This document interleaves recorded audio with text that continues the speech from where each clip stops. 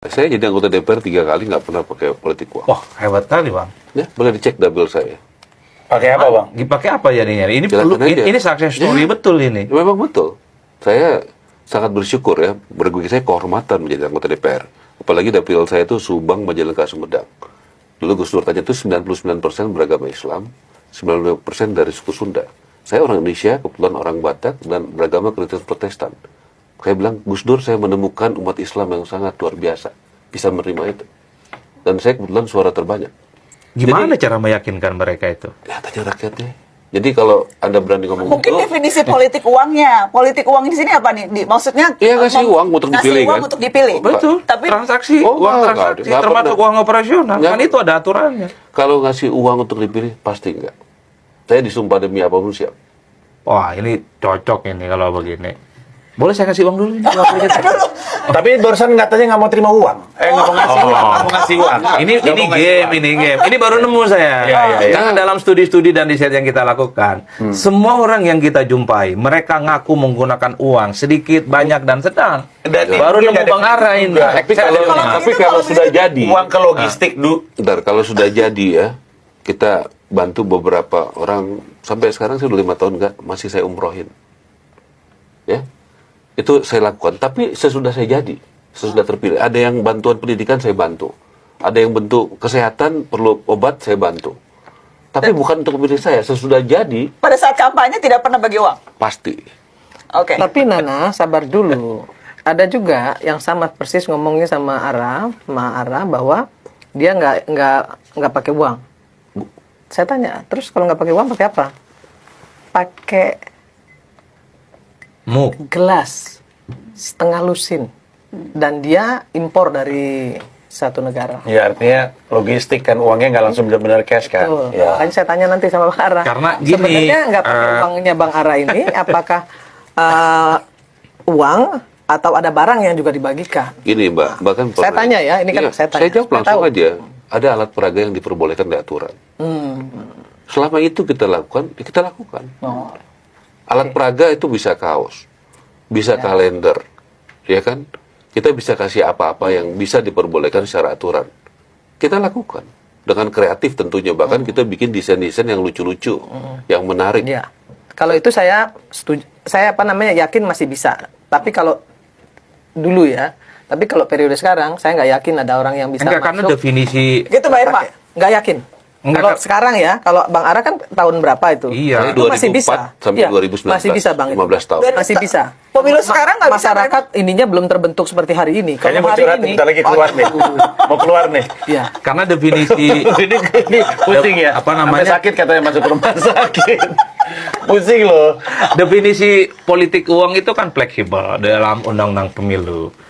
Uang, barang atau materi lainnya untuk mempengaruhi pemilih. Mungkin bukan uang yang dikasih, atau barang lain atau materi lain yang tujuannya adalah untuk mempengaruhi.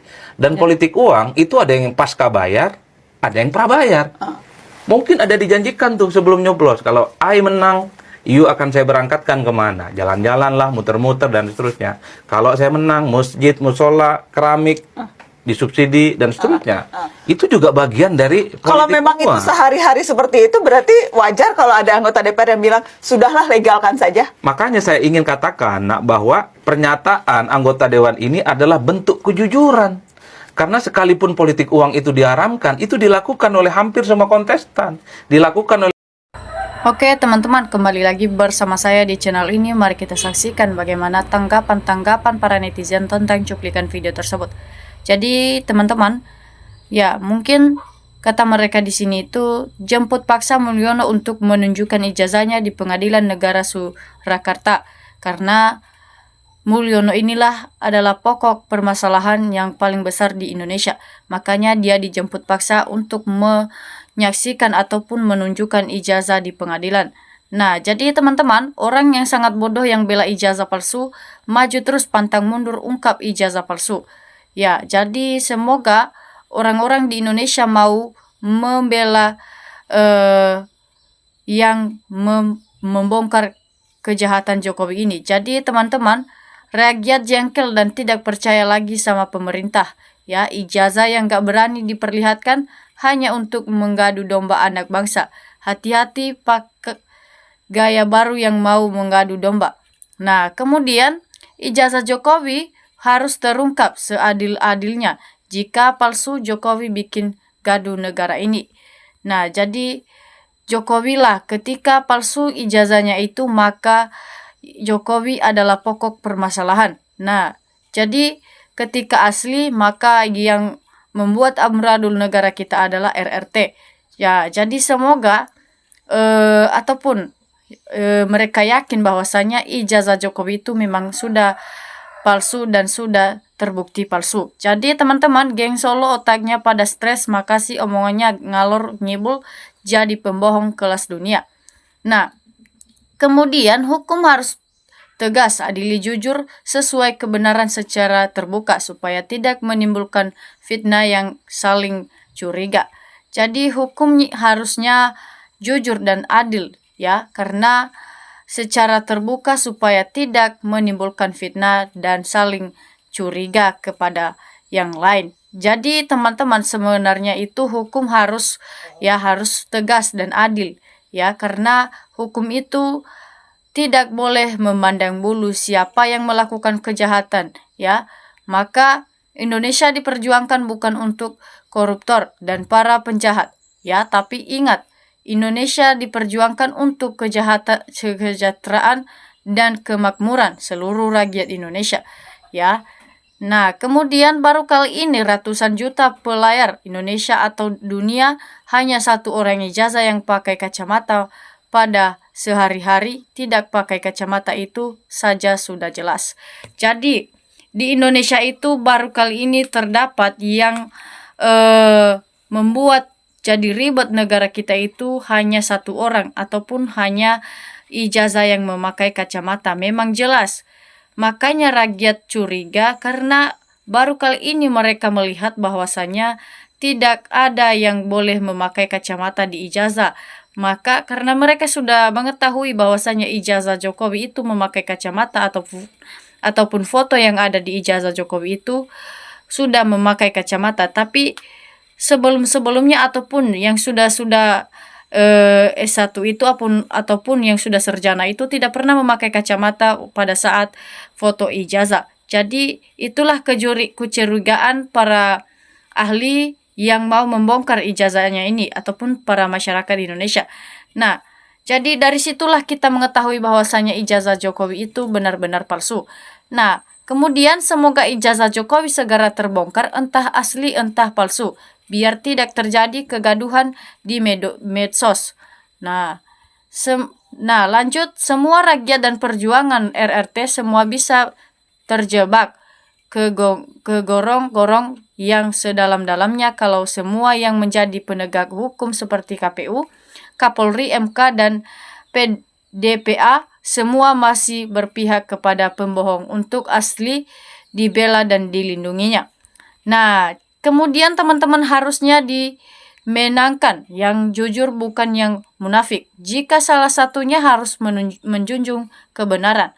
Nah, jadi ketika ada orang yang mau jujur tidak pernah munafik dengan kasus ini, maka itulah yang menjunjung tinggi kebenaran sebenarnya dan bisa diakui sebagai orang yang paling jujur di Indonesia.